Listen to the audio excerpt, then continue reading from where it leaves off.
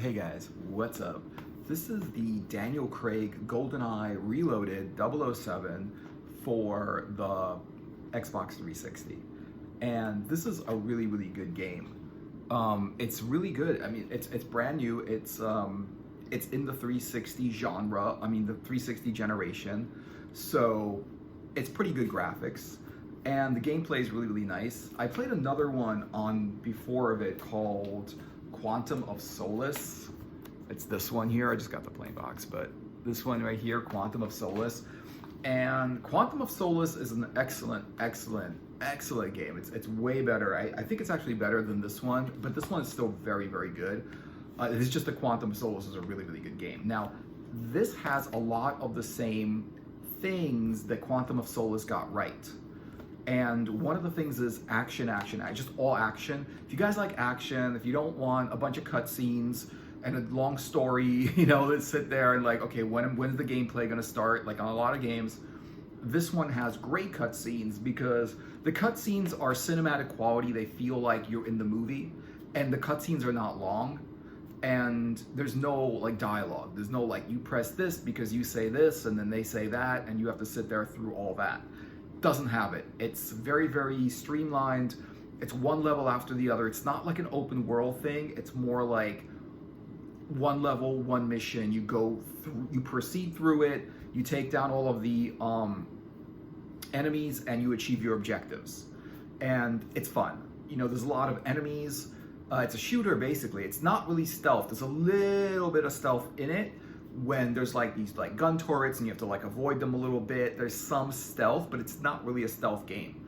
I would say 90% of it is action. I mean, the rest of it is a little bit of stealth because it is an espionage game. It is James Bond, and sometimes he kind of like doesn't need to be, he kind of needs to sneak around a little bit. But the cool thing about this game is you can sneak around because you've got the gun with a silencer. You got James Bond's gun with a silencer. So the enemies don't know you're there, and you could just take down video cameras so they can't see you with the gun, and they just don't know that you're there. But it's a lot more fun to just like shoot the enemies by themselves, because then like a ton of enemies just come at you, and it's just a lot of fun to shoot them all down. The shooting dynamic in this game is really good. It's different than some of the other more common shooting dynamics from before. Like for example, in Quantum of Solace, we've got this like duck take cover kind of like dynamic in the action and the shooting scenes and in the battles. You have this like duck and cover. So basically, when you start getting shot at, you could take cover behind almost anything. You know, a barrel, a wall, a car, like whatever it is that's there, you could take cover behind it. And what Goldeneye Reloaded does is a little bit different. It doesn't have that feature where you take cover. All you can do is kind of duck. So you've got to find something to hide behind and then duck. And you can't like, you know, like in the newer games, it's like they've got that duck and cover shooter where you take cover and then you pop up and you shoot down the enemies and you duck again, so that the enemy doesn't have time to shoot you because you're like, you've taken cover. Then you pop up, take aim, take fire at the enemy, and then take them down that way. And sometimes you even know where the kind of enemy, you know where the bullseyes are. You know where the enemy is. You can even like in those games like lock on to the enemy while you're like undercover, which doesn't make any sense. But a lot of the games like Battlefield 3, all of these, there's a lot of shooters. Even Mass Effect has that, where you could see where the enemy is even when you're like behind cover and stuff like that. And they don't do that in this one. And at first it's like, well, how am I supposed to like not get shot at if I can't take cover? But honestly, you could just hide behind anything, or you can kind of duck most of the time. When you're ducking, you're usually behind a wall or some kind of obstacle or whatever it is, and they can't really come at you. But what's interesting is that I feel like the whole cover and then shoot, pop out and shoot is just a little bit too easy in games. I feel like when they do that, it's good, and they've done that with a lot of games, a lot of shooters. But I feel like it's a little bit too easy when they do that with the games. And I like how this is different. It's not saying it's better or worse. I don't really think it's better. It's just different. And it's just nice and refreshing a little bit to play a game that's designed a little bit different than every other game that's out there. Because before the whole duck and cover thing, they've never done that. Like all of the old PS2 games don't have that. The Bond games from the PS2, they don't have the duck and cover. They might have a little bit of cover. I don't know, I haven't played them in a long time. But every game after a certain point started to have that duck and cover system. And GoldenEye doesn't. When there's a grenade being thrown, it doesn't matter if you're undercover, you have to get up and run. Because the grenade, like, if that blows up next to you, then it'll take down your character, it will take down Bond in the game. And so there's that. That system I like a lot. I'd like to have the cover option, but it doesn't have it. And I feel like that's good because I feel like too many games have that. And I feel like the combat in a lot of different games are just similar because of the whole cover system. There was one game that I know on the PS2 that had that, and that was Kill Switch. And Kill Switch had a lot of had that kind of option, had that kind of dynamic. But before that, games didn't have that before that. But anyway, there's another thing about James Bond. I mean, here's some of the these are some of the scenes. Decent graphics, pretty cool. A lot of action. It moves forward very, very quickly. Some of the levels seem to be a little bit easy, where you just like go right through them, and it doesn't give you, the enemies don't like give you a problem. You can like shoot right through them, but other levels are freaking hard, where you've got to play that level over and over like 20 times or like 30 times before you actually beat the level. But it's fun, and I like that a little bit because it doesn't make it, if you like, at first it feels like, oh, this is too easy, and then you get this hard level and you're like, man, this is too hard. And so you get this weird difficulty level. Now the thing about the difficulty in this game is really, really good. I mean, there's the easy difficulty, there's the agent, which is like the medium, the normal difficulty. And that's where you can kind of regenerate your life, regenerate your life bar, where you can get shot at a little bit, but if you come out of fire, your life bar goes back to normal, and you can take more fire. If you do it on harder levels, it doesn't have that. So if you get shot, it stays that way for the rest of the level, and that's really, really hard to play with because you're gonna get shot a lot in this game. There's only another thing that's a kind of a weird thing, but you can turn it off and you can turn it on, is the auto aim, the aim assistance feature. What's interesting about the aiming assistance feature is you just kind of like have to point in the general direction of the enemy with your gun, and then when you click the left trigger, it locks on to the enemy. It focuses, it points the gun right at the enemy, and with the right trigger you shoot. So it's almost like an auto aiming system. You could like disable it, but the thing is about using it or not using it, I do think that like try playing it with the auto aiming system on at first, unless you're like really good at these shooter games and you don't want that, which is fine. I can understand that you get more of a challenge. But the thing about the auto aiming system is it sounds like, oh, it's just too easy when you could do that. Yeah, but then you have like 20 enemies coming at you with machine guns from all directions, and you don't have a lot of time to aim. You don't have a lot of time to aim. You just like, it's good that you could take down these enemies very, very quickly, because if you don't, they'll just take you down like right away. Some levels are hard. Some levels you get like 10 enemies coming at you at the same time, all shooting at you from all directions. Like you think they're like in front of you, but then like you turn around, you realize there's like people shooting at you from behind and stuff like that. You've got to kind of look around all over the place to see where the enemies are and where they're coming from and stuff like that. So it is challenging. Even with the aiming assist feature, where it like kind of aims it a little bit, like if you just like point the gun at the general direction where the enemy is, and if you're within a few degrees of them, it'll just auto lock on the enemy and you can shoot them down very, very quickly. The amount of guns in this game is really good. There's shotguns, there's like handguns, and there's machine guns. Then there's sniper rifles. There's all different kinds of guns. Sometimes when you right at the level where you're supposed to use a certain gun, they give you that gun. They just leave it around, where you'll find it. And then the whole point is that like if the gun is like by the elevator, then you want to pick up the gun before you get in the elevator or before you press the button for the elevator, because there's going to be like enemies, and that's the best gun to take the enemies down. So they kind of give you that. There's also a weird radar feature where it kind of tells you where you are, and it kind of tells you where they have these little red dots around you. You're like this green dot, and around you there's all these red dots, and that's where the enemies. And the thing is, they pop out of nowhere. They pop through doors, and there's constantly doors everywhere. You're constantly like on enemy bases, and they're just popping out of nowhere. They're just like coming at you and coming at you, and you just gotta keep taking them down one after the other.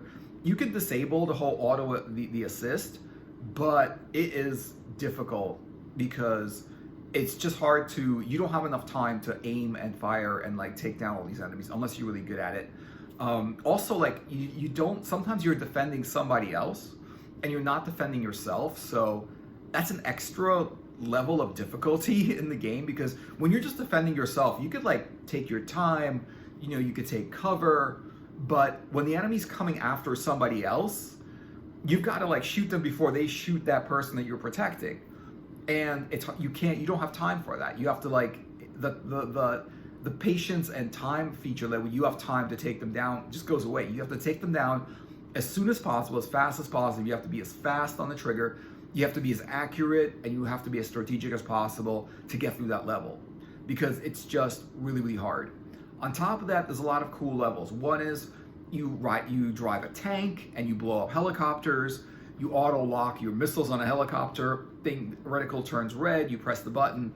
The missiles go and they lock on. They blow up the helicopter, and you have to blow up like 20 helicopters like that. And it's just like you're in a tank, and there's like missiles and there's machine guns, and it's just so much fun. Now there are some things in this game that I don't like. One mainly is this. You've got these little sub-missions. You've got your primary objective, your primary mission, and then you've got your other missions. And usually you've got this little cell phone, and you're supposed to like find these targets of interest to MI6 or whatever it is, and you're supposed to take a photo of these things, or sometimes you're supposed to use your cell phone to deactivate some kind of computer or do something technical. And the problem is this: it's really hard to tell. Like it'll tell you, like it'll have this little feature on the screen that pops up and says, take out your cell phone, take a picture of whatever it is that's going on. And then so you do that, and you're like looking around with your cell phone, and you don't see anything. Like usually there's this little green, or there's a green or red little square, and that means you need to take a picture of that with your cell phone, or you have to like go close to that and click your cell phone. So either sometimes it's hacking a computer, sometimes it's taking a picture, sometimes it's deactivating some kind of thing, or turning something off that you need to do for your objective. And the problem with these little sub games, these little mini games inside of it, is it's notoriously hard to get all of them, because sometimes it doesn't prompt you where you're supposed to do it.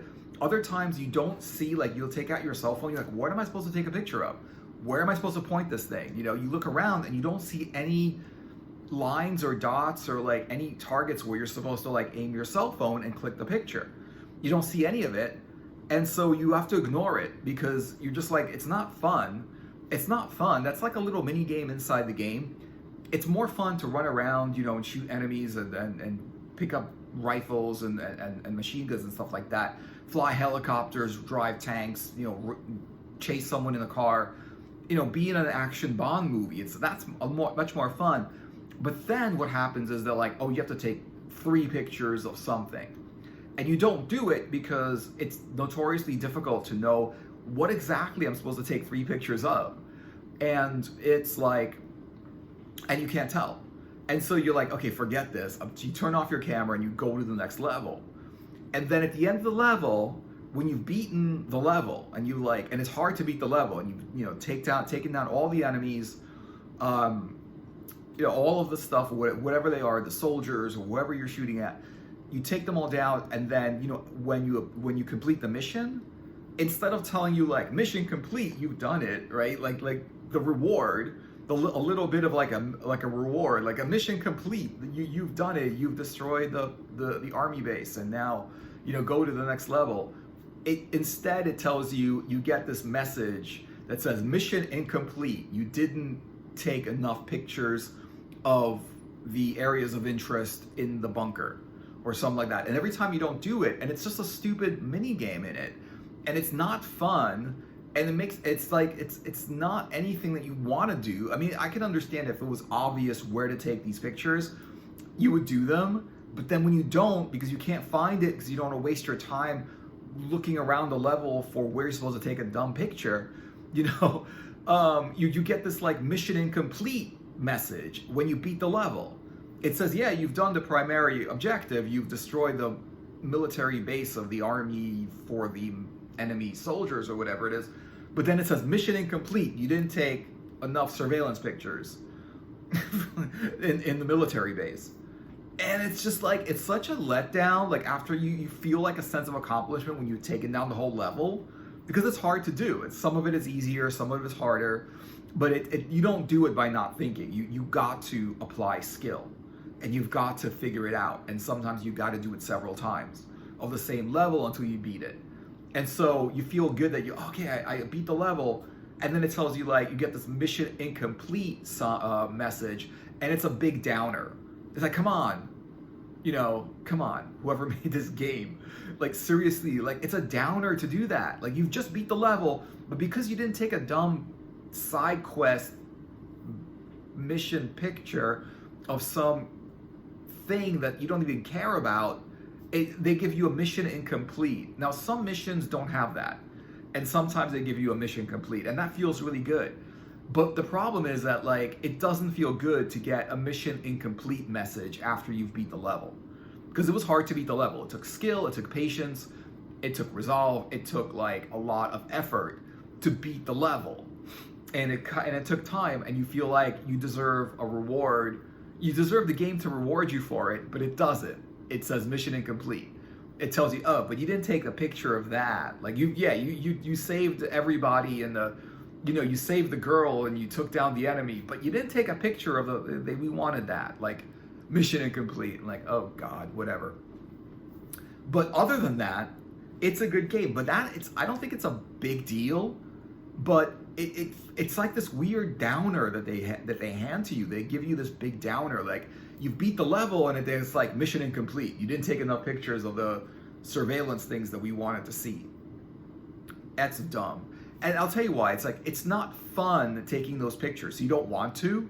And then when you don't, it tells you it gives you a mission incomplete, But I mean, other than that, it's fun. The cutscenes are fun. There's a couple of little like scenes where they tell you press this button and that button and that button, but that's usually because of there's a fight in it where you like hand-to-hand combat. Usually it'll tell you like, oh, press the trigger, press this button, so you're like in the combat a little bit. That's cool. The objectives are simple, and you always know which way to go. Like it just tells you, it's obvious. You don't get lost in the level, which is good. Sometimes you have to think about like how I'm supposed to go through the level. Mostly it's just running and taking down enemies, taking down enemy soldiers. It's mostly that. And so it's a pretty long game too. It's not like a short game. I would say like Quantum of Solace wasn't too long, but this one they made it, I think it's a little bit longer. But the levels are fun. There's not a lot of like, you don't know what to do. There's not a lot of side quests where you don't really know how to do it. There's one side mission where you have to save hostages, and it matters that you saved all 3 hostages. You have to like go all over the place on the level, and you have to like find a door that's sealed, and you have to see if the door is openable, and if it is, there's usually like a hostage in there, and you have to like free the hostage. And that side mission I understand because it makes some kind of sense. It's a little bit fun to free the hostage, but it's not fun to take a picture of something and then be told that, oh, you failed a level because you didn't take a picture of the stupid thing. It's not fun. But besides that, there's not a lot of other objectives besides shoot down the enemy. It's basically what you do through the whole game. It's 90% shoot down the enemy. There are some things where you have to find a button to press, or you have to figure out like where to go, but they usually prompt you, and it's usually kind of obvious what to do, so you don't really get stuck or lost in the game, which is nice. The back of the graphics are good. They're 360 graphics. You could play this multiplayer. You could play up to 4 players in this, and so it's pretty cool. The levels are well designed. It's a lot of fun. If you feel like it's too easy, you can make it difficult. If you feel like it's too hard, you can make it easier. I'm gonna say it's a great game. I'm gonna give it should I give it a 9 or an 8.5? I don't know. I want to give it a generous 9 because even though I feel like technically it's an 8.5, I'm having fun with this game.